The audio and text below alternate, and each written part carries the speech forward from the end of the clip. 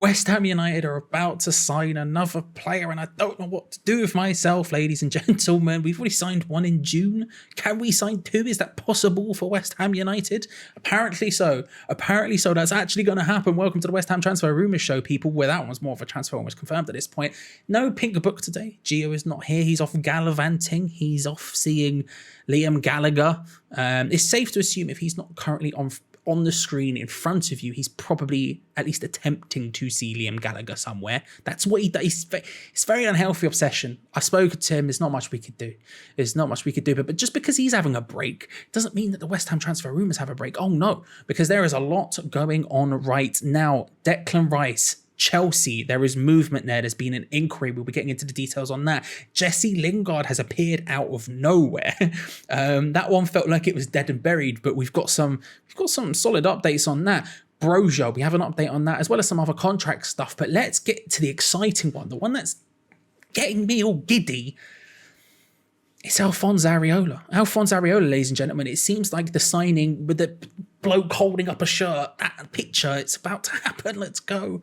I don't know why I get so excited. It's just when the shirt, people say, oh, I won't believe it until they're holding up a shirt. Well, it's the most exciting part for me. I love the whole transfer process, but I never thought I'd celebrate a guy holding up a shirt yet. Here we are, 28 years old, doing that. If you didn't watch the video earlier this week, by the way, with Darmesh that Gio and Gonzo did on the channel, highly recommend going back and watching it and subscribing while you're there, because you don't want to miss out on future videos with people like Darmesh, Fabrizio Romano, all of this fun, exciting stuff. You don't want to be missing out on that, because I thought it was a really interesting video. From the outside, I didn't have anything to do with it. I just get to sit back and watch the interview. I thought it was really good, but some of the details on the Areola situation put it in a way that I wasn't really thinking about before, because maybe I was a bit concerned about the idea of this one not happening. I was like, I feel like there should be more movement on this. We've already got the deal agreed with the club. Why would there not be more movement on this by this point? But he raised some really good points, some interesting points. And if you're interested in the nitty gritty of this deal, I would highly recommend you go and check that out, right? But he has been backed up recently, because he was talking about, yo, I'm confident this happens. He didn't say, yo, I'm paraphrasing. He said, yo, I'm really confident this is going to happen. And Fabrizio Romano has come out today and tweeted, West Ham are closing in on Alphonse Areola deal after verbal agreement on personal terms. It's all set to be complete next week. Going to be a permanent transfer. Contact between the clubs on final details are ongoing. So he's saying, look, it's about to happen. And that's the kind of general stance that's been happening. People have been putting out there, look, this is about to happen. This is on the way. Could be as early as tomorrow. Now, I don't think it will be tomorrow, but it's happening this week, which is very exciting to me. Ex-West Ham employee, the third of the pillars. If you were to put the tiers, right, you would say trustworthy, ultimate sources on this: Fabrizio, Darmesh, X. They're the three you'd really put on the top tier, wouldn't you? And all three of them, as well as a lot of other people, but all three of them are going, yo, this is the thing. X, again, they weren't saying, yo, that's me. That's X putting out their quote, a fee with PSG and personal terms have been agreed for Alphonse Areola. The idea being he's going to come in and he's going to fight Lucas Fabianski for that first team position. And that's what excites me so much for this, because one of my biggest annoyances with the way West Ham do just everything is they don't solve problems until the second they need to be solved. You know what I mean? It's like we know this deal with the goalkeeper is happening. We know that probably at the end of this season, Lucas Fabianski will be on his way. I'm happy with Lucas Fabianski for this season. I love Lucas Fabianski. Probably the best keeper I've seen play for West Ham, outside of maybe Rob Green, right? Probably the best goalkeeper I personally have seen play for West Ham. I didn't see Ludo, all of that good stuff, right? So it's not like he needs replacing right now this second. But it is like he needs replacing at the end of this season. And usually what West Ham would do is wait until he's left on a free contract, and then run around trying to figure out how we deal with that situation. No, now we have the solution. He's going to be in the club. His name's Areola, permanent deal. 11 million is a really good price. Wages probably are at a good price. Now we've had time to talk about it, and he is someone I have 100% confidence in the long term. I love him. If you were to say you have one chance, one realistic goalkeeper you could sign this summer, who would it be? It would have been Areola. Nick Pope was tempting, but it would have been Areola. And I'm just happy that it's happening. I'm happy we've solved the issue. I'm confident. I like the player. I love the player. He clearly got on well at West Ham. We have the Moyes MOT, right? So if he didn't do well, he wasn't exactly going to come back this summer. You're probably not going to see Alex Crowell come back, right? Hype. Alphonse Areola through the door. Next up, let's move on to Jesse Lingard. Now, this one came out of nowhere because we were thinking that this deal was dead and buried. We were talking about this as if it was never, we would never even talk about him again. And yet, out of nowhere, the big dog, Darmesh. Darmesh, if you see us, by the way. You know what I mean? Shout out, Darmesh. Follow him on Twitter if you haven't already. Do you know what I mean? What a boy. Out of nowhere, he's tweeted, quote, West Ham United have made an offer to Jesse Lingard's representatives over signing the player on a free transfer. Lingard officially becomes a free agent on the 1st of July following the expiration of his Manchester United contract. Interesting. The Mail on Sunday's Simon Jones then follows this up with, quote, West Ham are close to sealing a free transfer for Jesse Lingard after holding further talks with the England midfielder. Now, if I was to comment on the second one, I think that's bigging it up way too much. You know, because what Darmesh is saying there is West Ham have put a contract in, they've stated their case to Lingard. They said, look, we want you to join. Here's a deal. Let us know what you think, right? And that's good. Putting it in there shows that we're interested. That's the sort of thing I would expect because I think this Lingard thing is going to run and run and run. To be honest with you, I'm quite excited for the end of this window just to put to bed Lingard to West Ham rumours for at least a year, at least 2 years. Do you know what I mean? Because as much as I want Jesse Lingard at the club, and I really do, I kind of don't want to talk about it anymore. I'd love to be talking about him playing for West Ham and just doing bits, but we'll see. I think this one's going to run and run and run because realistically, as a guy who doesn't have a club, he's got a lot of power and he's going to have a lot more options than he would have previously because you're not going to have to pay a transfer fee to try and get him.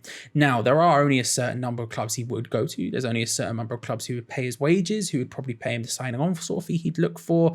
But it's not going to happen instantaneously. I think he will wait. That doesn't mean just because he goes out of contract on the 1st of July, he can't have these conversations now and people can't announce his signing now and all that sort of stuff. But I don't think it will be by the 1st of July. I think it's going to be a while after. I think you're talking at least a month until you find out what's happening with Jesse Lingard personally. And I think that's probably why we're not being linked with other big sort of number 10s, if you want to put it that way, because we are probably happy to see what's happening with Jesse Lingard. For once, we are actually, you know, putting our fingers in a lot of pies, doing a lot of different things. We are, for once, trying to sign a striker. We've signed a centre-back. We're trying to sign a goalkeeper. That looks like it's done. We are doing a lot of different things. Usually, we can barely do one thing at a time. So right now, we're doing like 3 or 4. So it makes sense that, look, we want Jesse Lingard. He would probably be the priority. Let's see what happens there and concentrate on other things and just make it known to him, look, there's your contract offer. We are here. Let us know what you think. I think that's a good way of doing it, potentially. If that is David Moyes' guy, then that's David Moyes' guy. I back it wholeheartedly. I'd like Jesse Lingard to come back, but I don't think we'll get a resolution to this whole transfer saga for at least a month. Personally, I don't know. How do you feel? Let me know in the comment section below.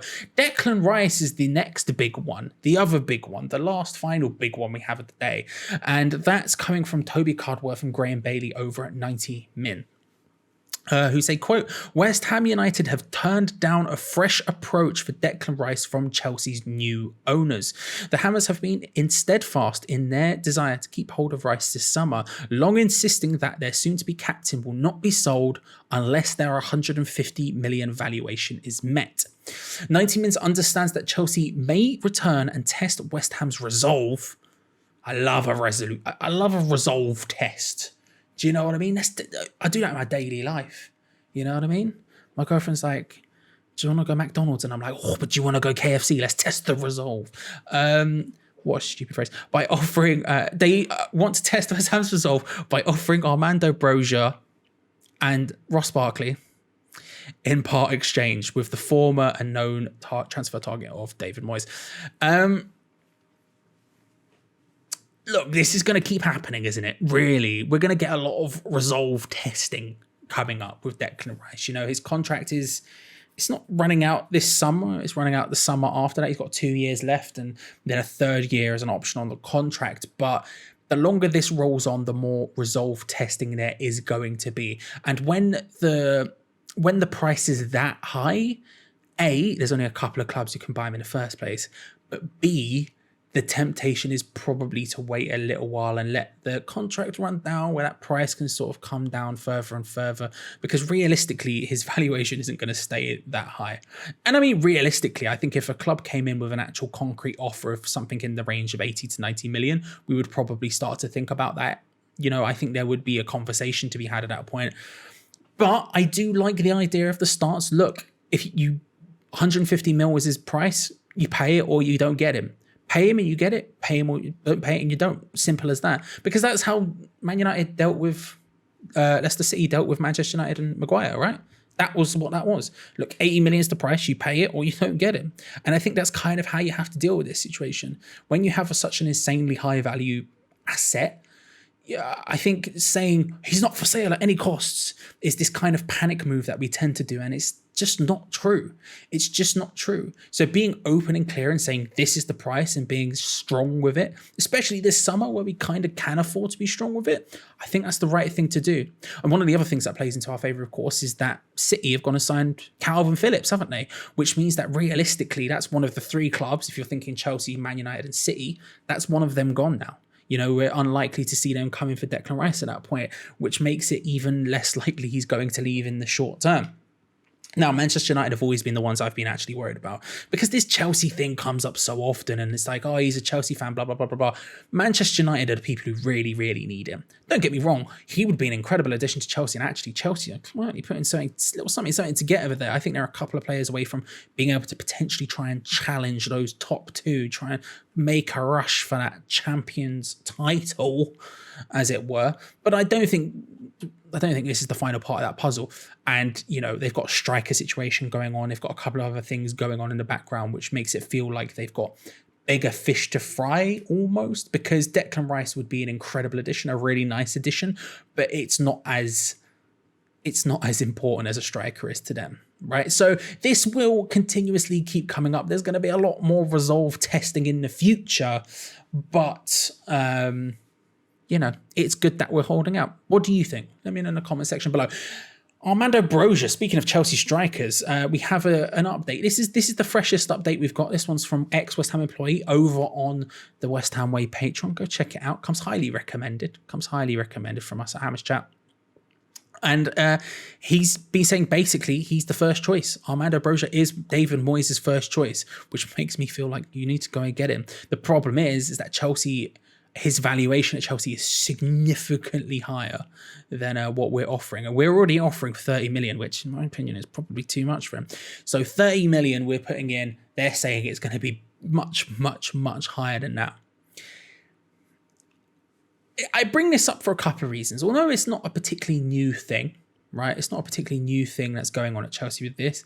I want to know what your limit is, because I've said this before on these shows, Twitter is an absolute garbage fire mess and you can't really tell anything of logic or note. So I come to you and I ask you the question, because I think getting logic or note in the YouTube comments for our videos is a lot easier, right? What would you price Broja at? At what point do you say, that's too rich for my blood, you walk away and try and find someone else? You walk away and try and find someone else. Because to me, I'll be honest, 30 million is that figure. I'm far from convinced on Broja. I really am. Incredible first half of the season. Fine second half, if that. I mean, look, I'm not going to act like he's not talented, and I like a lot of things about him. I like a lot of things about him. I think he's got a lot of things to like. But, I don't know, more than 30 million's worth? For a guy who's, in my opinion, not proven in the Premier League? I don't know about them ones, but what's your limit? What's your limit? Is it 30 million? Is it 35? Is it 40? Tell me how wrong I am in the comment section below. I love it when people do that, to be honest. I'm fine with it. But I just want to sort of know where the litmus is at. What's the public opinion? And finally, last but not least, contract situations with West Ham United players. They're just as important almost as transfers, because we can't afford to lose many more people. Our squad is very thin. And the first one is Manuel Lanzini, someone who we probably can't afford to lose. We've lost a lot of people in central midfield, and Lanzini isn't one of them yet, although his contract is coming to an end. I believe it's next summer. And reports coming out that we are going to offer him a new contract, which is good. He's probably arguably the best player we have who plays number 10. He can play deeper than that.